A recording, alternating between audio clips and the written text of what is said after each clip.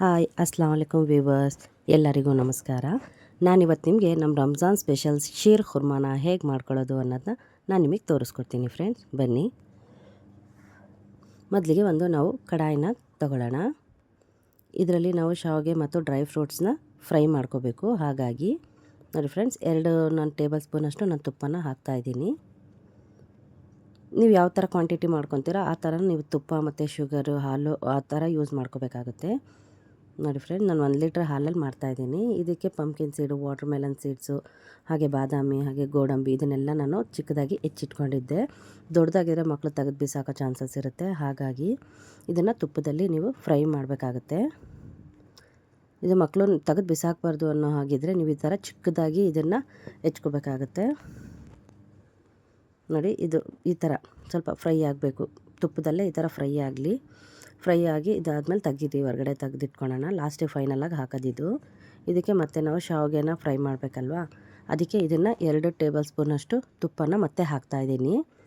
ಯಾಕಂದರೆ ಇದು ನಮ್ಮದು ರೋಸ್ಟೆಡ್ ಶಾವಿಗೆ ಅಲ್ಲ, ಹಾಗಾಗಿ ಇದನ್ನು ಶಾವಿಗೆನ ರೋಸ್ಟ್ ಮಾಡ್ಕೋಬೇಕಾಗತ್ತೆ. ನಾನು ಸಣ್ಣದಾಗಿರುತ್ತಲ್ವ ಇದು ಶಾವಿಗೆನ ನಾನು ತೊಗೊಂಡಿದ್ದೀನಿ ಫ್ರೆಂಡ್ಸ್.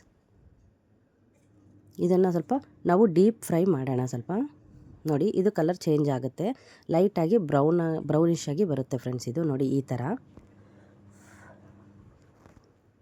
ಇಷ್ಟಾದರೆ ಸಾಕು, ಜಾಸ್ತಿ ಏನು ಬೇಡ.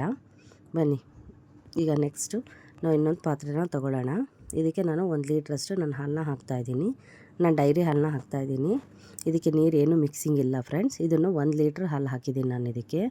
ಇದು 1 ಲೀಟ್ರ್ ಇದ್ದರೆ ನಮ್ಗೆ 1 ಲೀಟ್ರ್ ಹಾಲಿಂದ ನಾನು ಸ್ವೀಟ್ನ ಮಾಡ್ಕೊತಾ ಇದ್ದೀನಿ. ಇದು ಸ್ವಲ್ಪ ಕುದಿಬೇಕು, ಒಂದು ಕುದಿಯುವಷ್ಟು ಬರಬೇಕು ಇದು. ಈಗ ನೋಡಿ ಫ್ರೆಂಡ್ಸ್, ಇದು ಕುದೀತಾ ಇದೆ. ಇದಕ್ಕೆ ನಾವು ಕಸ್ಟರ್ಡ್ ಪೌಡರ್ನ ನಾನು ಹಾಕ್ತಾಯಿದ್ದೀನಿ. ಇದು ಬೇಕಿದ್ರೆ ನೀವು ಸ್ಕಿಪ್ ಕೂಡ ಮಾಡ್ಕೋಬಹುದು ಫ್ರೆಂಡ್. ನಿಮ್ಗೆ ಇಷ್ಟ ಆಗಿಲ್ಲ ಅಂದರೆ ಇದನ್ನು ನೀವು ಹಾಕೋಕ್ಕೆ ಹೋಗಬೇಡಿ. ಹಾಕಿಲ್ಲ ಅಂದ್ರೂ ತುಂಬ ಒಳ್ಳೆ ಟೇಸ್ಟ್ ಇರುತ್ತೆ ಈ ಸ್ವೀಟ್ ನಿಮಗೆ.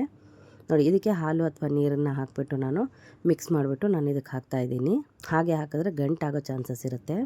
ಹಾಗಾಗಿ ನೋಡಿ, 1 ಬೌಲ್ ಮಾತ್ರ ನಾನು ಶುಗರ್ನ ನಾನು ಹಾಕ್ತಾಯಿದ್ದೀನಿ. ನಿಮ್ಗೆ ಎಷ್ಟು ಸ್ವೀಟ್ಸ್ ರಿಕ್ವೈರ್ಡ್ ಇರುತ್ತೋ ಅಷ್ಟು ನೀವು ಹಾಕ್ಕೋಬಹುದು. ನೋಡಿ ಫ್ರೆಂಡ್ಸ್, ಇಷ್ಟು ಸಾಕು. ಅಕಸ್ಮಾತ್ ನಿಮಗೆ ಇಷ್ಟು ಗಟ್ಟಿಯಾಗಿರೋ ಹಾಲು ಬೇಡ ಅಂದರೆ ನೀವೊಂದು ಅರ್ಧ ಲೋಟ ಅಷ್ಟು ನೀರು ಕೂಡ ನೀವು ಇದಕ್ಕೆ ಮಿಕ್ಸ್ ಮಾಡ್ಕೋಬಹುದು. ಮತ್ತು ಖೋವಾ, ಇದು ಹೋಮ್ ಮೇಡ್ ಖೋವಾ, ನನ್ನ ಮನೇಲೇ ಮಾಡಿರುವಂಥ ಖೋವಾ ಇದು. ನಾನು ಇದನ್ನು ಸಮೇತ ಇದರಲ್ಲಿ ಹಾಕ್ತಾಯಿದ್ದೀನಿ. ಇದು ಏನಕ್ಕಪ್ಪ ಇಷ್ಟು ಥರ ದಪ್ಪ ಹಾಕ್ತಿದ್ದೀನಿ ಅಂತಂದರೆ ಇದು ಹಾಲಲ್ಲಿ ಮೆಲ್ಟ್ ಆಗಿ ಹೋಗುತ್ತೆ ಫ್ರೆಂಡ್ಸ್. ಹಾಗಾಗಿ ನಾನು ಹಾಕ್ತಾಯಿದ್ದೀನಿ.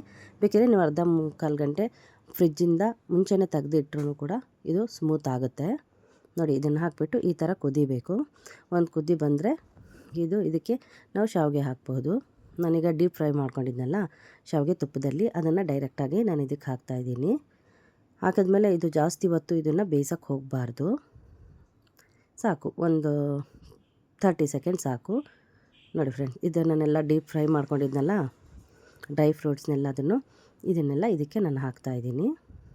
ಇದು ಫೈನಲಾಗಿ ಲಾಸ್ಟಿಗೆ ಹಾಕಬೇಕು. ಫಸ್ಟಿಗೆ ಹಾಕ್ಬಿಟ್ಟೆ ಇದು ಗರಿನೆಸ್ ಇರುತ್ತಲ್ವ, ಅದಿರೋದಿಲ್ಲ, ಎಲ್ಲ ಮೆತ್ತಗಾಗ್ಬಿಟ್ಟಿರುತ್ತೆ, ತಿನ್ನೋದಕ್ಕೆ ಟೇಸ್ಟ್ ಇರೋದಿಲ್ಲ. ಕೊನೆಗೆ ನಾನು ಸ್ವಲ್ಪ ಏಲಕ್ಕಿ ಪೌಡರ್ನ ನಾನು ಹಾಕ್ತಾಯಿದ್ದೀನಿ. ಇದು ಫೈನಲಾಗಿ ಏನಕ್ಕೆ ಹಾಕ್ತಾರೆ ಅಂದರೆ ತುಂಬ ಒಳ್ಳೆ ಫ್ಲೇವರ್ ಕೊಡುತ್ತೆ, ತುಂಬ ಒಳ್ಳೆ ಸ್ಮೆಲ್ ಇರುತ್ತೆ, ತಿನ್ನೋಕ್ಕೂ ತುಂಬ ಚೆನ್ನಾಗಿರುತ್ತೆ ಈ ಸ್ವೀಟು. ಹಾಗಾಗಿ ನೋಡಿ ಫ್ರೆಂಡ್ಸ್, ಫೈನಲಾಗಿ ಇದು ಈ ಥರ ಕನ್ಸಿಸ್ಟೆನ್ಸಿಲಿ ಬಂದಿದೆ. ಇದು ಜಾಸ್ತಿ ಕುದಿಯೋದಕ್ಕೆ ಇಡಬಾರ್ದು ನೀವು.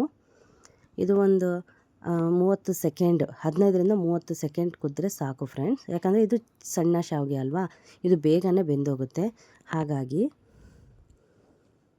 ಈ ಶಾವಿಗೆನ ಈ ರೀತಿ ನೀವು ಒಮ್ಮೆ ಮನೇಲಿ ಮಾಡಿ ನೋಡಿ, ನಿಮಗೆ ತುಂಬ ಇಷ್ಟ ಆಗುತ್ತೆ ಫ್ರೆಂಡ್ಸ್. ಮತ್ತು ನಾನು ದಪ್ಪ ಶಾವಿಗೆ ಸ್ವೀಟ್ ಕೂಡ ನಾನು ಬೇರೆ ಥರದ್ರಲ್ಲಿದೆ, ಅದನ್ನು ಕೂಡ ತೋರಿಸ್ತೀನಿ. ಇದು ನೋಡಿ ಹೇಳಿದ್ನಲ್ಲ, ಇವಾಗ 30 ಸೆಕೆಂಡಷ್ಟು ಇದನ್ನು ಮುಚ್ಚಿಬಿಟ್ಟು ನೀವು ಸ್ವಲ್ಪ ಕುದಿಯಲಿಕ್ಕೆ ಬಿಡಿ. 15ರಿಂದ 30 ಸೆಕೆಂಡ್ ಸಾಕು, ಜಾಸ್ತಿ ಏನು ಬೇಡ ಫ್ರೆಂಡ್, ಅಷ್ಟೇ. ಬನ್ನಿ ನೋಡೋಣ. ಈಗ ನೋಡಿ, ಈ ಥರ ಕುದೀತಾ ಇದೆ, ಇಷ್ಟೇ ಸಾಕು. ಯಾಕಂದರೆ ಇದು ಸಣ್ಣ ಶಾವಿಗೆ ಅಲ್ವಾ, ಹಾಗಾಗಿ ಇಲ್ಲಾಂದರೆ ತುಂಬ ಹಿಟ್ಟಿಟ್ಟಾಗಿ ಸ್ವೀಟೆಲ್ಲ ಗಟ್ಟಿಯಾಗೋ ಚಾನ್ಸಸ್ ಇರುತ್ತೆ. ನಿಮಗೆ ಥಿಕ್ನೆಸ್ ಯಾವ ಥರ ಬೇಕು ಅನ್ನೋದನ್ನ ನೀವು ನೋಡಿಬಿಟ್ಟು ಹಾಲನ್ನ ಯೂಸ್ ಮಾಡ್ಕೊಳ್ಳಿ. ನೀವು ಇನ್ನೊಂದು ಸ್ವಲ್ಪ ನಿಮ್ಗೆ ಏನಾದರೂ ಇನ್ನೊಂದು ಸ್ವಲ್ಪ ತೆಳುವಾಗಿ ಬೇಕು ಅಂತಂದರೆ ನೀವು ಹಾಲನ್ನ ಸ್ವಲ್ಪ ಕುದಿಸ್ಬಿಟ್ಟು ಅದನ್ನು ಇದಕ್ಕೆ ಹಾಕ್ಕೋಬಹುದು. ನಮ್ಗೆ ಈ ಕನ್ಸಿಸ್ಟೆನ್ಸಿಲಿ ಸಾಕು ಅನ್ನಿಸ್ತು, ಹಾಗಾಗಿ ಅದಕ್ಕೆ ಈ ಥಿಕ್ನೆಸ್ ಇರಲಿ ಅಂತ ಹೇಳಿಬಿಟ್ಟು ನಾನು ಮಾಡಿದ್ದೀನಿ ಫ್ರೆಂಡ್. ನೋಡಿ, 1 ಬೌಲಿಗೆ ನಾನು ಇದನ್ನು ತೆಗ್ದಿದ್ದೀನಿ. ಈಗ ನಾನು ಮಾಡಿರೋ ವಿಡಿಯೋ ಏನಾದರೂ ನಿಮ್ಗೆ ಇಷ್ಟ ಆದರೆ, ಈ ಶೀರ್ ಕುರ್ಮಾ ನಿಮ್ಗೆ ಏನಾದರೂ ಇಷ್ಟ ಆದರೆ ಶೇರ್ ಮಾಡಿ, ಲೈಕ್ ಮಾಡಿ, ಕಮೆಂಟ್ ಮಾಡಿ, ಸಬ್ಸ್ಕ್ರೈಬ್ ಮಾಡ್ಕೊಳ್ಳೋದನ್ನು ಮರಿಬೇಡಿ friends. Okay friend, thank you.